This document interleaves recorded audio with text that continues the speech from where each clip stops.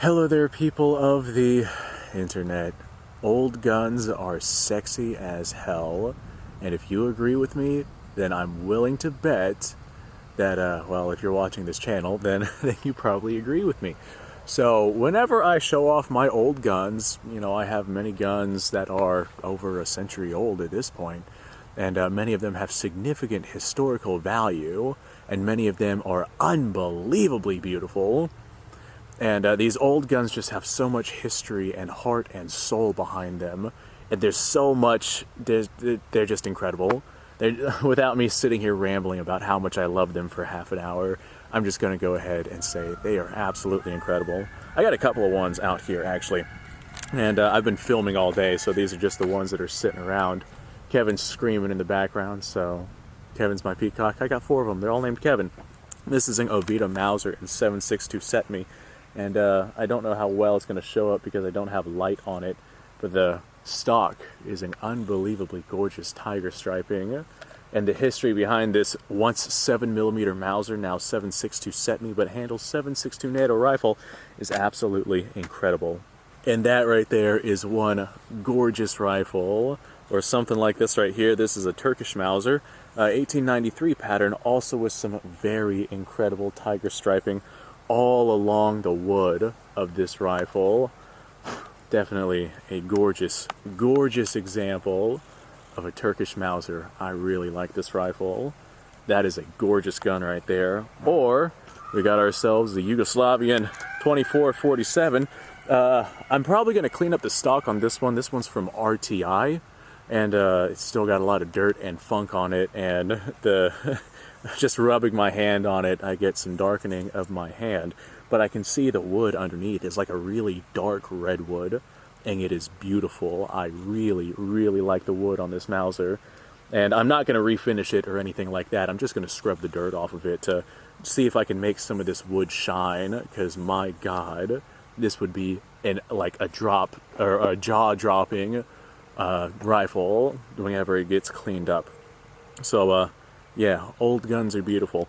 Now, whenever I talk about these old guns, I talk about and compare them to new guns, and I ask people what they would prefer for some sort of situation. As a matter of fact, I actually just recently did a poll asking people if they preferred the old school, wood and steel style firearms, as opposed to having something more modern day. Kevin, calm down. My goodness.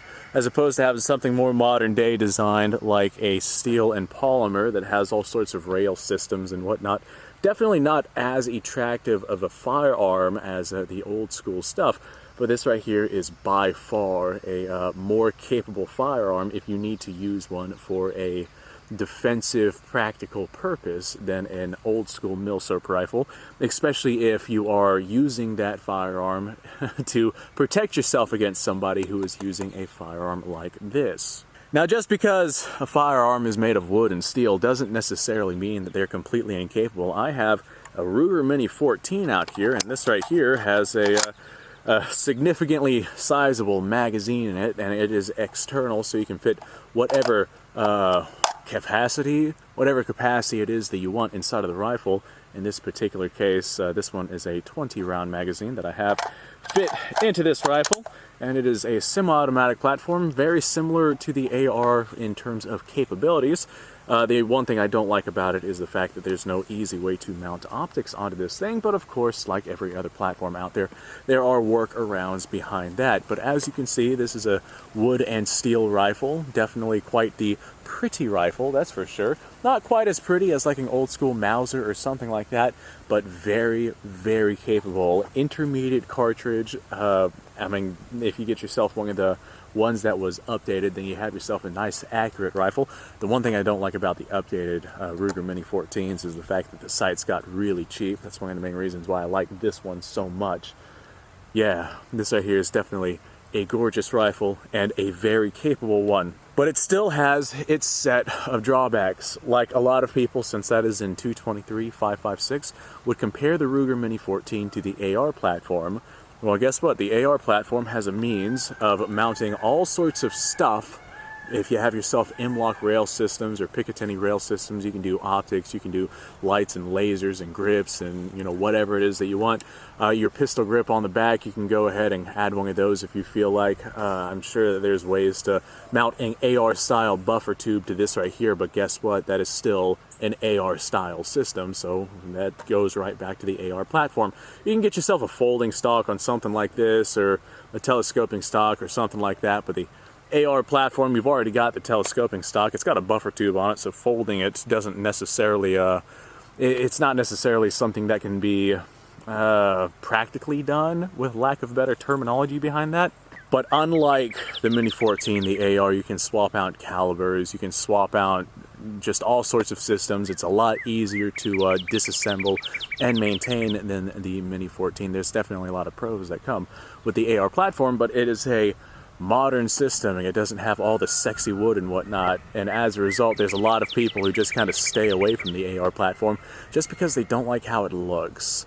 And that's one of the things that I myself don't like about the gun community, is the fact that we base so much off of looks. Like, for example, this Turkish Mauser right here, there's a lot of people who would pick this over an AR and go into a battle zone. Or, I mean, this Oviedo Mauser right here, I've made videos on how this right here would be a good choice if you're going to go with a surplus Mauser, because this can take 7.62 NATO ammunition, and that stuff is surplus onto the market because NATO is using that right now to this day.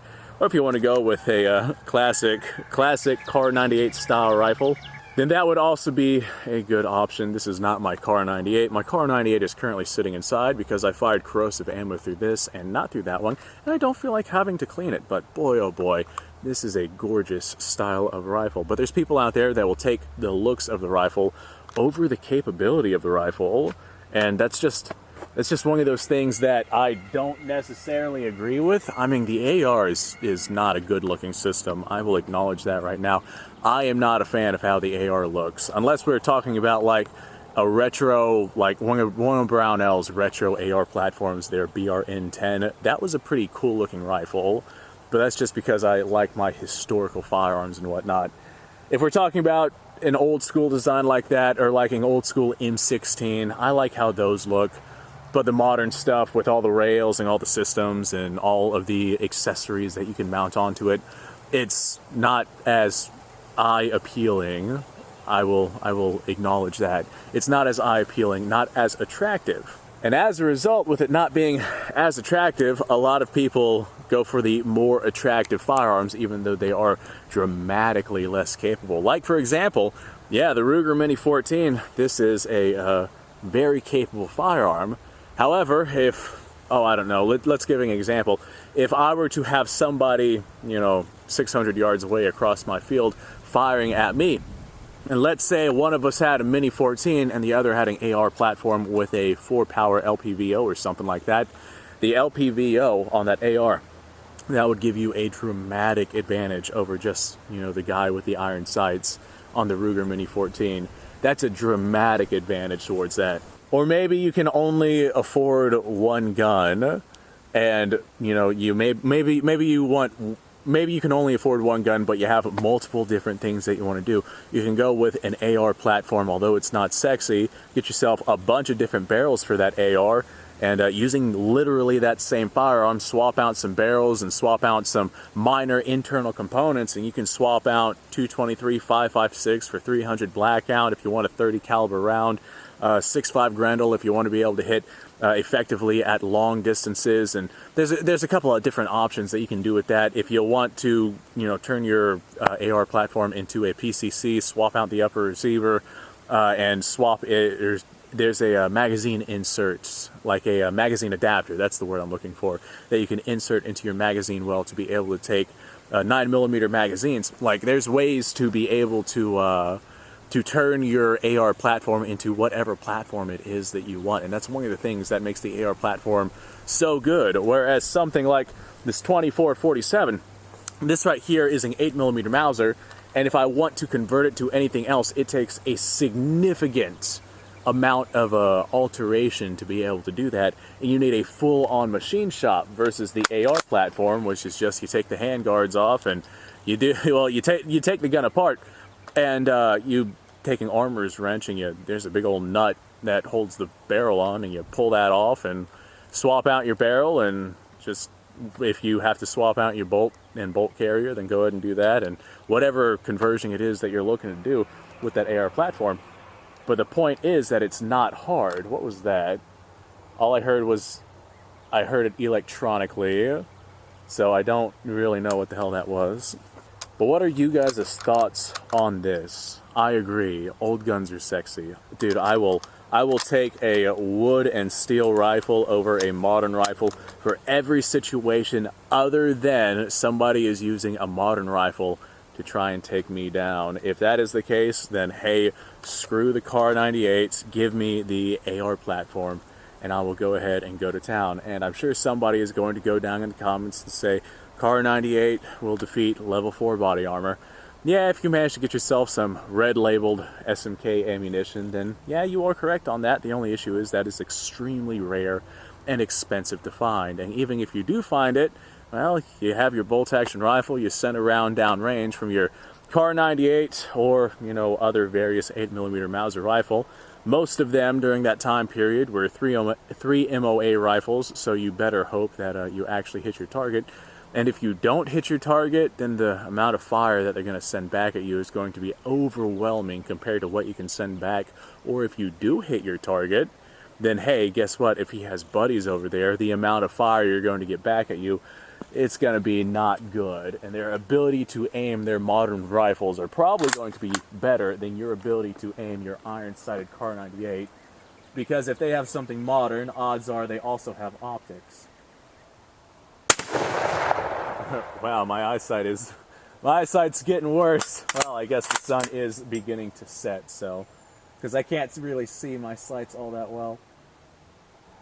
It's one of the things I really like about optics, the fact that I can see my sights, well, I can see my optic a lot easier because it's just this red dot that is glowing. See, that was just 3 rounds that I sent down range, and, well, I mean, I hit my target and whatnot at the 40 yards that we were at. But with that 3 rounds, if I had an AR platform or some sort of automatic platform like this right here, that 3 rounds would have been downrange immediately versus me having to stand here and cycle this bolt every time I want to send lead downrange. Definitely not the most ideal of circumstances that you want in a rifle as a go-to practical rifle. I would take this over a hunting rifle or something like that because this feeds via stripper clips and you can reload these a lot faster. Not only that, but the iron sights are better than a 3x9 power scope, especially if you're in an urban environment or indoors, maybe inside your house or something like that. I would take this over that, but although they are significantly less sexy, I would take something that has, more practical capabilities than something like this if I had the ability to choose. But man, it blows my mind at just how many people would still pick something like this over something modern just because these look better and they like them better. Yeah, wow, holy crap. I am astonished. I am overwhelmingly astonished. Anyway, folks, thanks for watching. I appreciate your time. Like, subscribe, share. Description below has a link to all sorts of stuff. Go ahead and go check that out. You guys go off, have yourself a fantastic day. I'll see you all in the next episode.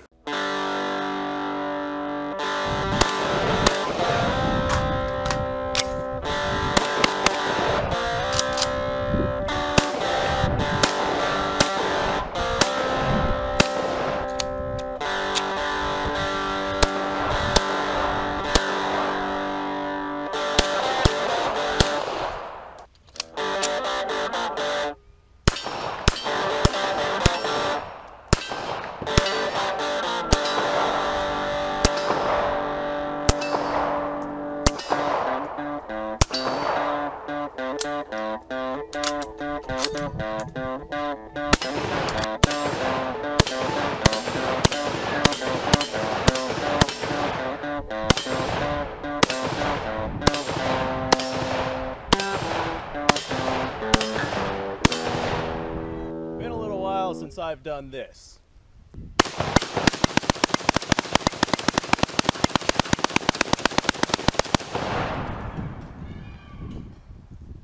But Bonnie and Clyde be damned. The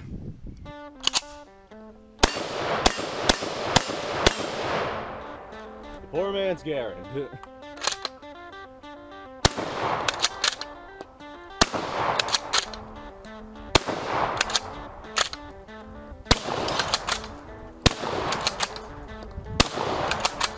It's a shame that bolt-action shotguns aren't more mainstream.